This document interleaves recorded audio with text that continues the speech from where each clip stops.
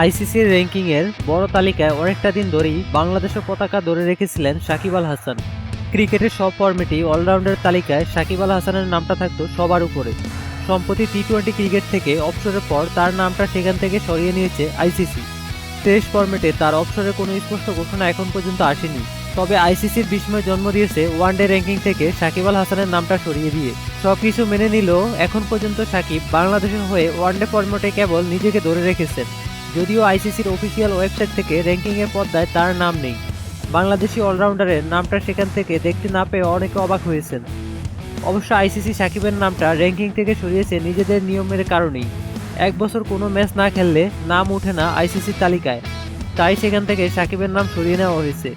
বাংলাদেশের অলরাউন্ডারের সঙ্গেও তাই ঘটেছে। 2023 সালের 6 নভেম্বর পর থেকে বাংলাদেশের জার্সিতে একদিনের ক্রিকেটে আর খেলেননি সাকিব আল হাসান। বিশ্বকাপের বহুল আলোচিত শ্রীলঙ্কার বিপক্ষের ম্যাচটাই সাকিবের শেষ ওয়ানডে ম্যাচ। সেই ম্যাচটায় সাকিব ছিলেন অধিনায়ক। টাইম আউটের আলোড়ন তোলা ঘটনাও হয়েছিল সেদিন। আবার সাকিব ছিলেন ম্যান অব দ্য ম্যাচ। বিশ্বকাপের শেষ ম্যাচটা বাংলাদেশে খেলা ছিল অস্ট্রেলিয়ার বিপক্ষে, সেটাই ছিলেন না সাকিব। এরপর বাংলাদেশ দুটি সিরিজ খেললেও সাকিব ছিলেন না স্কোয়াডে। সাকিব অবশ্য একটি ম্যাচ খেললেই আবারও ঢুকে পড়বেন র্যাঙ্কিংয়ে।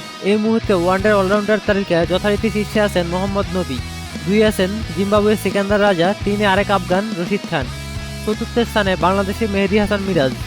সাকিব আল হাসানের বর্তমান পরিকল্পনা অনুযায়ী 2025 সালে চ্যাম্পিয়ন্স ট্রফি খেলে অপশন নেবেন তিনি। তবে জুলাই গণ অভ্যুত্থানের পরবর্তী সময়ে আওয়ামী লীগের সঙ্গে বিতর্কিত হয়েছেন সাকিব নিজেও। চ্যাম্পিয়ন্স ট্রফির আগে বাংলাদেশের আছে আর 3টি ওয়ানডে। উইন্ডিজ সফরে সেই ম্যাচগুলো সাকিব থাকবে কিনা তা জানা যায়নি।